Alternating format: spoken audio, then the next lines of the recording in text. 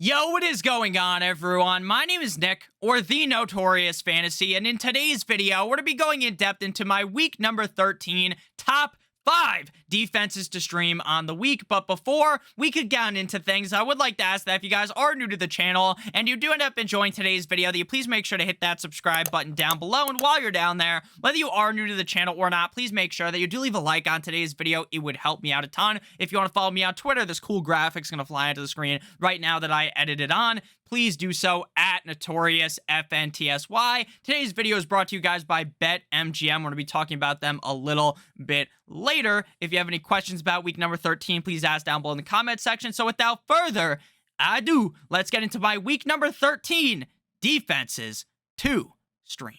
We begin with my number 1 defense to be streaming on the week, the Cleveland Browns at the Houston Texans, currently owned in 7% of leagues on Yahoo Fantasy. So if you play on ESPN, CBS, NFL, any of those other fantasy football platforms, then the ownership percentage might be slightly different, though I will note in some cases there might be a drastic difference in ownership percentage depending on which site you play on. So the Cleveland Browns went toe-to-toe with Tampa Bay Tom Brady last week at home in Cleveland, winning the game, having 3 sacks and 17 points allowed. A very solid defensive performance out of the Browns defense. And this week, they play the nut low offense in the NFL. The Houston Texans offense is absolutely putrid. It is atrocious, and they are probably going to be going with Kyle Allen again as their starter. And I'm not saying that Davis Mills is amazing or something, but at least Davis Mills can fucking move the ball.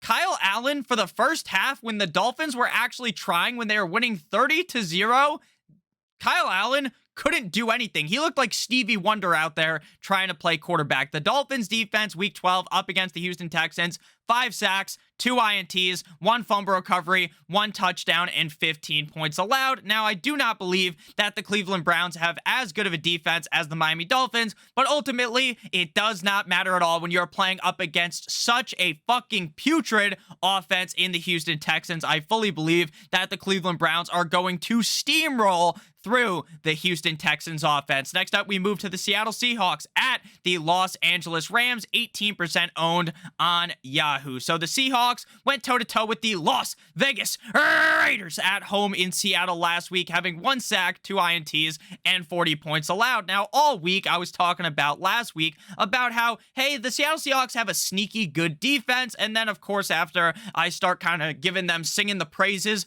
of them, they get absolutely butt-fucked by the Las Vegas Raiders offense. But hey, I do still think the Seattle Seahawks defense is relatively underrated, and the Las Vegas Raiders offense came alive. That was the best we've seen out of the Raiders all year long, and ultimately, with so many injuries to the Los Angeles Rams offense, Allen Robinson out, Cooper Kupp out. There's no way Matthew Stafford is going to come back because the team is so far in the dumps that they're done for. I don't know if you guys were paying close attention to the game, but right at the beginning of the game, one of the players, I don't remember if he was on offense or defense, of the Rams ran directly into Sean McVay and hit him right in the button on his chin. It looked like he was about to get knocked out. It was very funny. But again, this Rams offense is absolute dick cheese this season. And now, without any of their main players, the key pieces in this offense, I think the Seattle Seahawks defense, again, while they're not one of the best defenses in the NFL, it's all about the matchups, baby. And this is a great matchup. The Kansas City Chiefs defense looked amazing up against the Rams last week. 3 sacks, 2 INTs, and 10 points allowed. Again, I don't necessarily think the Seahawks have the best defense on earth, but I do love this matchup because, again, the Rams offense is not very good. Next up, we move to number 3 with the Pittsburgh Steelers at the Atlanta Falcons, 20% owned on Yahoo. The Steelers don't play up until tonight on Monday Night Football, so we got to hop into the time machine and go back to week number 11 for their defensive stats up against the Cincinnati Bengals at home in Pittsburgh. 2 sacks, 2 INTs, and 37 points allowed. Now, we have seen points in the season where the Atlanta Falcons offense is actually able to move the ball and look pretty efficient, but normally that's up against a defense that isn't very good. Last week, the Commanders defense went up against the Atlanta Falcons, and the Commanders were one of the defenses that I talked about in last week's defense to stream video, and they ended up paying off. 1 sack, 1 INT, and 13 points allowed. Marcus Mariota isn't really all that bad, and I do think ultimately that there's just something schematically wrong with the Atlanta Falcons offense, but the Pittsburgh Steelers defense, while hasn't performed up to my liking all season long, and I will continue to spit this narrative, and that's the fact that TJ Watt just completely transforms this defense. Now, I know TJ Watt isn't going to go out there mano-y-mano and fucking cover, shadow, lockdown Drake London, right? Because that's just not the position he plays. But when he is healthy, this Pittsburgh Steelers team as a whole plays significantly better. So while we don't know what's going to happen against the Colts tonight, I do feel very confident in saying that the Pittsburgh Steelers defense is going to play quite solid up against the Atlanta Falcons offense. But before we pivot into the final 2 defenses to stream of today's video, I would like to give you guys a quick word from our friends and our sponsor over at BetMGM. Now, if you're a brand new user to BetMGM, and click on the link in the video description or in the pinned comment down below and bet $10 on any World Cup pre-game money line, you will win $200 in free bets guaranteed if any team scores a goal in the World Cup, which is guaranteed to happen. Someone's going to score a goal in the World Cup. Your bet could lose, the game could be a draw, but in the next game, someone scores, you get your $200 in free bets. So again, your bet does not even have to win, and you will still receive $200 in free bets. I'm going to throw it onto the screen right now. You're going to navigate to the top of the screen where it says soccer. There's a little soccer ball right next to it, and then you're going to literally pick any game. For this example, we'll just go with whoever the biggest favorite is of the day. We're going to bet $10 on the favorite, and we'll win $200 in free bets if anyone scores a goal during the World Cup, which again is guaranteed to happen. So please make sure you take advantage of this offer right now before it is too late. It is going to disappear on December 4th, which is coming up relatively soon, and those free bets can be used on the NFL, the NBA, college football, college basketball, whatever sport you want on the World Cup again. So please make sure that you take advantage of this right now before it is too late. Now we move to the number 4 defense to be streaming, the Green Bay Packers at the Chicago Bears in Chicago, currently owned in 37% of leagues. Now the Packers defense just got their ass handed to them. They got absolutely skull-fucked in this matchup up against the Eagles in Philadelphia. But honestly, I don't think anyone would have expected the Packers defense to stand on their head and have a fantastic performance. In that game, they had 2 sacks, 1 fumble recovery, and 40 points allowed. We just saw the Jets defense steamroll that Bears offense, 2 sacks, 1 INT, and 10 points allowed. Now, I know what some of you guys might be thinking. Nick, the Jets have one of the best defenses in the NFL, and yes, I completely agree with that sentiment. But I believe that the Bears are smart. They're not stupid. They're not going to throw Justin Fields out to the metaphorical wolves to get fucking destroyed by the Green Bay Packers. That's not what they are going to do when he is banged up. They're going to roll out Trevor Siemian again, and it's going to be hard to watch. It's going to be boring, but ultimately, it's for the greater good of the franchise.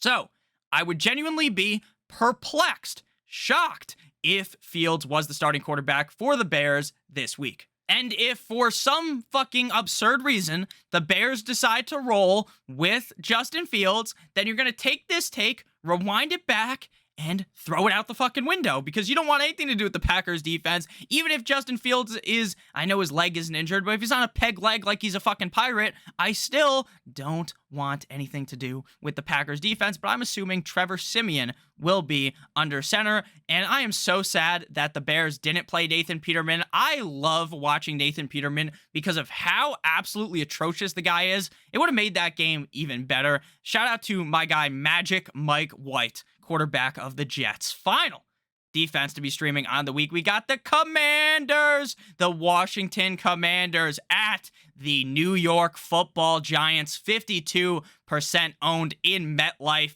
this week. Commanders defense week 12 up against Atlanta that we talked about a little bit earlier. 1 sack, 1 INT, and 13 points allowed on Thanksgiving. The Cowboys went toe-to-toe with the Giants at home in Jerry's World. 3 sacks and 20 points allowed. This Giants offense is down astronomical in terms of injuries. We're having Daniel Jones throw the fucking ball to guys that were working at McDonald's just a couple of weeks ago, and the Commanders defense really turned it on over the last couple of weeks. They are rock fucking hard, like they just took a Viagra, so I fully expect the Commanders defense to show up in this game. Now, do I like the Washington defense as much as I like the other couple of defenses? The answer is no.